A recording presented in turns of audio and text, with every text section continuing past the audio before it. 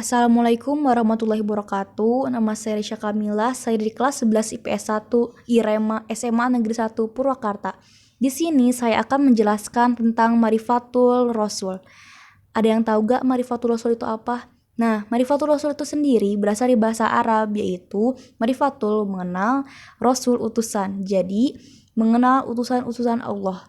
Makna Rasul itu sendiri tidak hanya nabi-nabi yang kita ketahui, tapi sangat luas. Ada di Quran surat Fatir ayat 9 dijelaskan kalau Allah mengutus angin untuk menggerakkan awan. Nah, angin itu sendiri berperan sebagai utusan, yaitu Rasul. Kemudian, di sini saya akan menjelaskan nabi-nabi yang sering kita ketahui sebagai Rasul. Asal strata sosial para Rasul itu ada di Quran surat Al-Husyrat ayat 13 dan Al-Isra ayat 94 sampai 95. Dibagi menjadi 3. Yang pertama ummi, yang kedua Rasul sebagai manusia biasa, yang ketiga turunan raja. Yang pertama ummi, Rasul yang diutus tidak mengenal kitab-kitab Allah Subhanahu wa Ta'ala. Maksudnya apa sih? Nah, contoh nabinya itu adalah Nabi Muhammad SAW.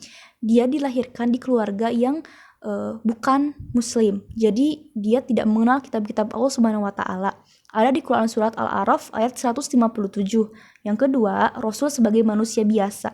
Maksudnya apa?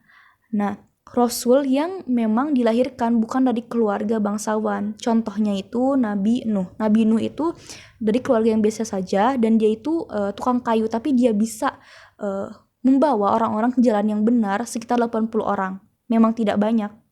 Kemudian yang terakhir itu turunan raja. Turunan raja itu pasti kita tahu kan, nabi yang bisa berbicara dengan hewan, yaitu Nabi Sulaiman. Nabi Sulaiman itu berasal dari keluarga bangsawan. Ada di Quran surat Al-An'am ayat 16. Kemudian kita beralih ke kondisi masyarakat sebelum dan sesudah diutusnya Rasul. Yang pertama, masyarakat yang menyimpang dan ummi. Masyarakat yang menyimpang dan ummi itu mereka buta dari wahyu. Ada contohnya itu, yaitu kafir Quraisy. Ada di Quran surat Al-Baqarah ayat 75 sampai 79. Kemudian yang kedua, para penguasa dan rakyatnya senantiasa berbuat zolim. Nah, di sini itu contohnya itu Raja Fir'aun. Raja Fir'aun dan pengikutnya itu sangat-sangat zolim. Raja Fir'aun memerintahkan pengikutnya untuk membunuh para bayi. Sedangkan dalam Al-Quran dijelaskan kalau kita tidak boleh membunuh bayi-bayi. Bahkan manusia pun tidak boleh. Ada di Quran surat An-Nisa ayat 75 dan Al-Anbiya ayat 11. Kemudian yang ketiga itu masyarakat yang sesat atau dolal. Masyarakat yang sesat atau dolal itu ada di Quran surat Ali Imran ayat 164. Mereka tahu bahwa Allah itu sangat besar dan sangat Maha Esa, tapi mereka menolak hal itu. Kemudian yang terakhir tujuan diutusnya Rasul.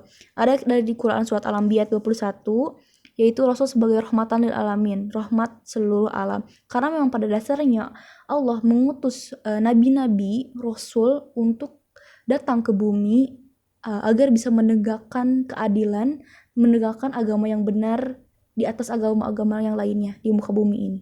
Sekian dari saya. Assalamualaikum warahmatullahi wabarakatuh.